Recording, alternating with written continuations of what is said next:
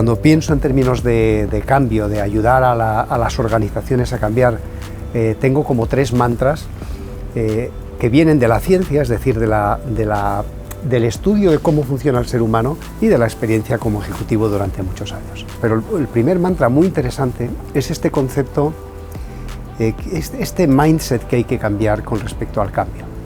El cambio parece que nos viene y es la realidad, es decir, patata es patata, la sociedad avanza muy deprisa, la digitalización, problemas políticos, la guerra de China y Rusia contra el resto del mundo, lo que queramos, ¿no? Pero cuando estamos en modo de reacción, nuestro cerebro solo es capaz de converger en ese elemento reactivo.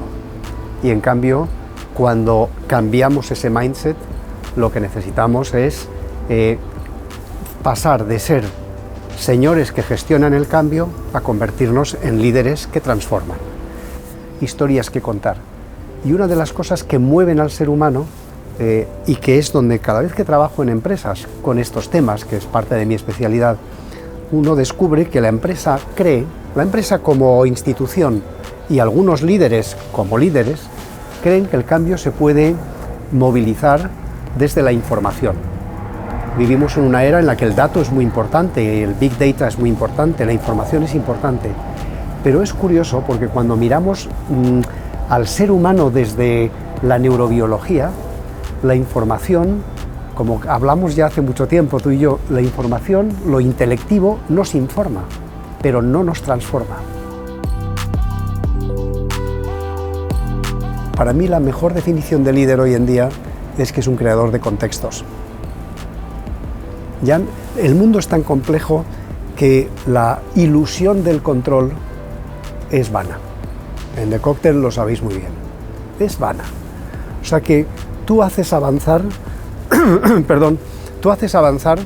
cuando creas un contexto en el que la vida puede reproducirse.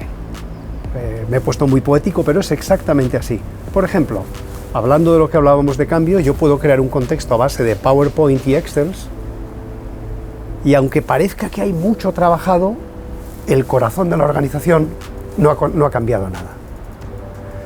Puedo crear un contexto en el que, como decíamos antes, hay luz, hay visión, hay elementos que penetran en el individuo más allá de lo intelectivo, y entonces estoy creando una capacidad de cambio alucinante. O sea que este concepto de creador de contexto, por ejemplo, ¿qué ocurre si yo, como líder, mejoro en mi capacidad de conversar? Es decir, de que mis conversaciones aporten valor, no de conversar, que mis conversaciones aporten valor. Aunque parezca mentira, mi trabajo con consejos ejecutivos, que es la mayor parte de lo que hago, se centra fundamentalmente en esto. Porque hasta en consejos ejecutivos de las grandes compañías de este país, todavía lo que no se sabe es cómo crear valor desde la conversación.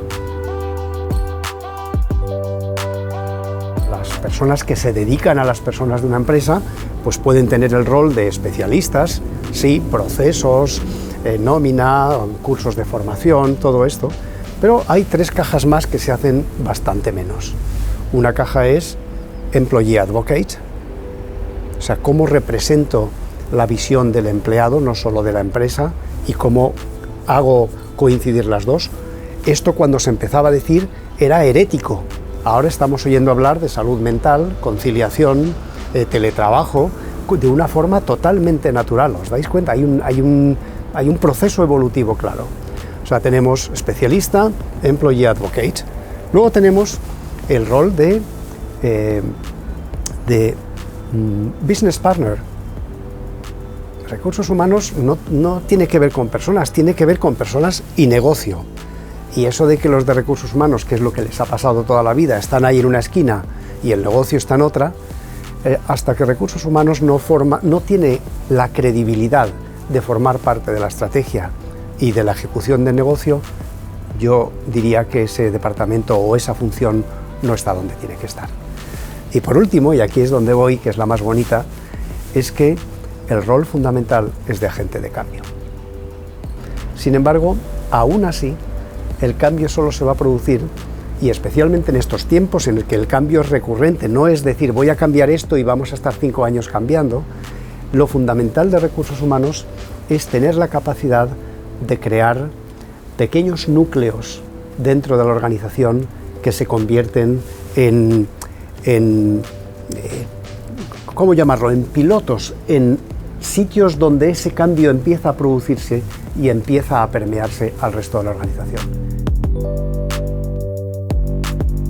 Esto sigue la misma dinámica que los procesos de automatización o robotización, ¿vale? Tenemos esta idea casi siempre errónea de que la robotización, o en su tiempo la informatización, ¿te acuerdas? Bueno, tú es que no habías nacido, pero cuando empezamos a informatizar las empresas allá por los 80, pues ¿qué se decía? Que iban a perderse todos los empleos del mundo.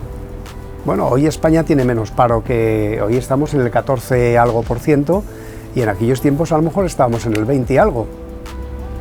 Así que hay una idea, son como siempre creencias, que están basadas en el miedo, por cierto, de que todos estos procesos, primero informatización, luego automatización, los principios de la inteligencia artificial, que de inteligencia tenía muy poco, como tú bien sabes, luego ya robotización, ahora digitalización, big data y todo lo demás, todo esto son ni más ni menos que plataformas.